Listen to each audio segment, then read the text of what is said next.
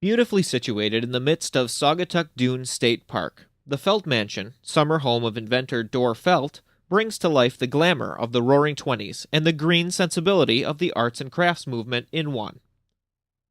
Using local materials and local labor, Dor Felt created a one-of-a-kind estate that is ours to enjoy today.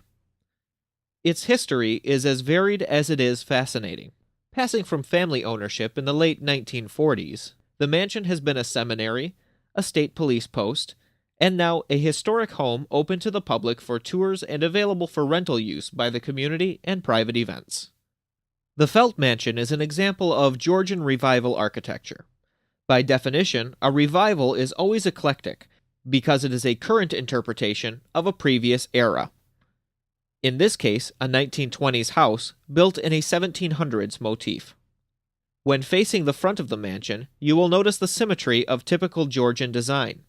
The center Palladian window above the pillars and the window placement, fenestration, of all the other windows provide the balance prevalent in this style. Dor Felt loved order, so it was a natural fit for his philosophy. Let's go inside and get a glimpse of the Felt Mansion. Our tour begins in the foyer, or center hall as it is referred to in Georgian architecture.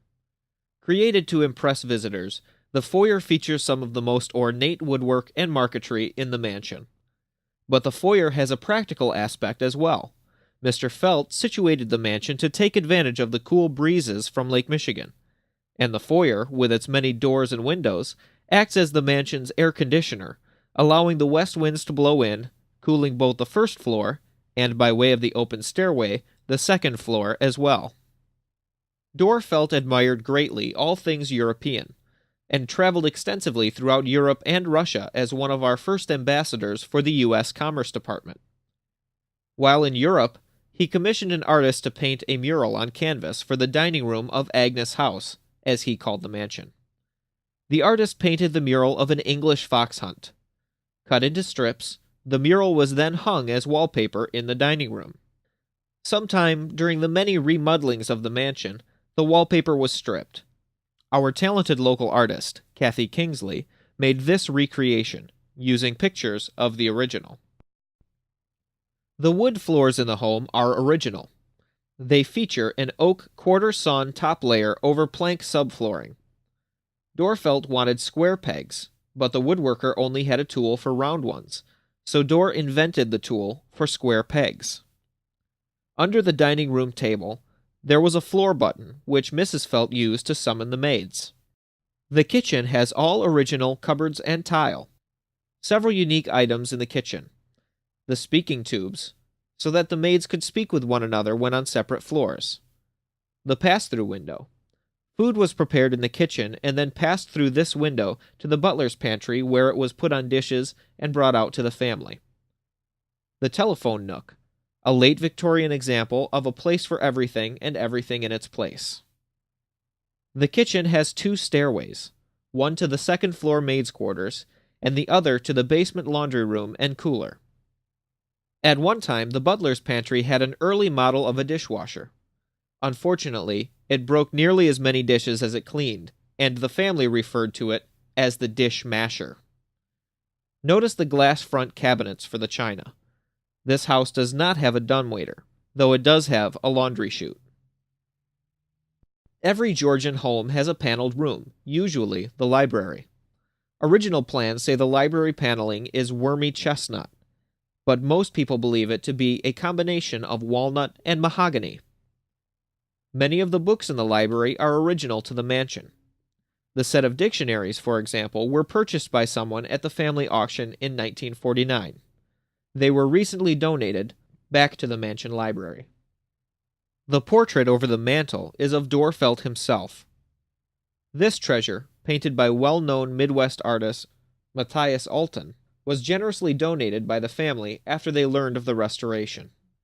When the project began in 2002, the parlor was still partitioned into 6 small cubicles. Standing at one end, in a small closet office, one had no idea the room was so large. It wasn't until we removed the partition walls and discovered the marble on the floor that we knew there was a fireplace.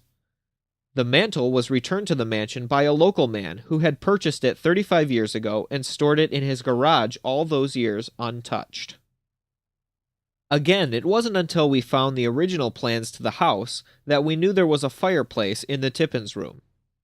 One of the prettiest features of this room is the spider window over the French doors which led onto the covered terrace. Notice the comptometers in this room and elsewhere throughout the mansion. This is the invention that made Dor Felt a millionaire. It was the first adding machine that could do all 4 math functions: addition, subtraction, multiplication, and division. The comptometer became an indispensable tool in offices everywhere for over 50 years. In fact, most large cities had comptometer schools, also run by Felt and Tarrant, where people, primarily women, could learn to use them quickly and accurately. Soon, women and comptometers were replacing male accountants in the office because the women could keep the books faster using a comptometer than the men could with pencil and paper. This advancement for women coincided with the women's movement for suffrage and equal pay. The second floor consists of bedrooms, bathrooms, and linen closets. There are 6 family bedrooms, including a master bedroom suite and 2 maids' bedrooms. There are 5 full bathrooms, and all originally had tubs. The one in the maid's bathroom is missing. And 3 of them had separate shower stalls.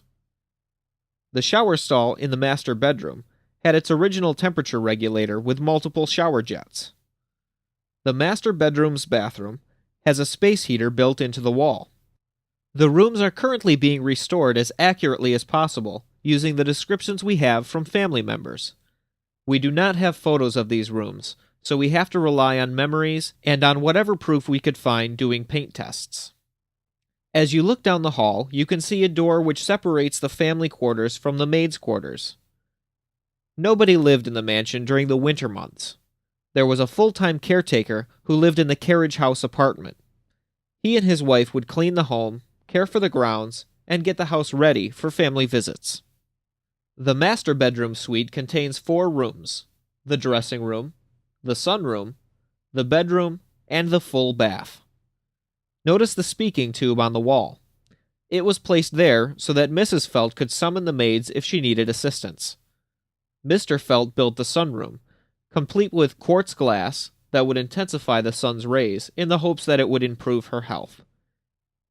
Today, the master bedroom is often used as the bride's dressing room, a place where the brides and her maids can dress before the big event. The bathrooms in the house are very colorful. The tile shows the influence of the Art Deco style popular in the 1920s. Each bathroom is a different color: moss green, pink, blue and yellow and green, and white. Most of the sinks, tubs, and toilets are original. You may have noticed that the 3rd floor ballroom has access only from the maid's end of the 2nd floor. This is because the ballroom itself was an afterthought. Initially slated as storage space, the entire 3rd floor ballroom plan was an amendment to the original blueprints. Some interesting aspects of the ballroom. The wrought iron stairway goes up to the Widow's Walk, a lookout on top of the roof. From there, Dor Felt could survey the entire farm. The lake was never visible from the mansion. We hope you have enjoyed your virtual tour of the Felt Mansion, and that you will come back to visit us soon.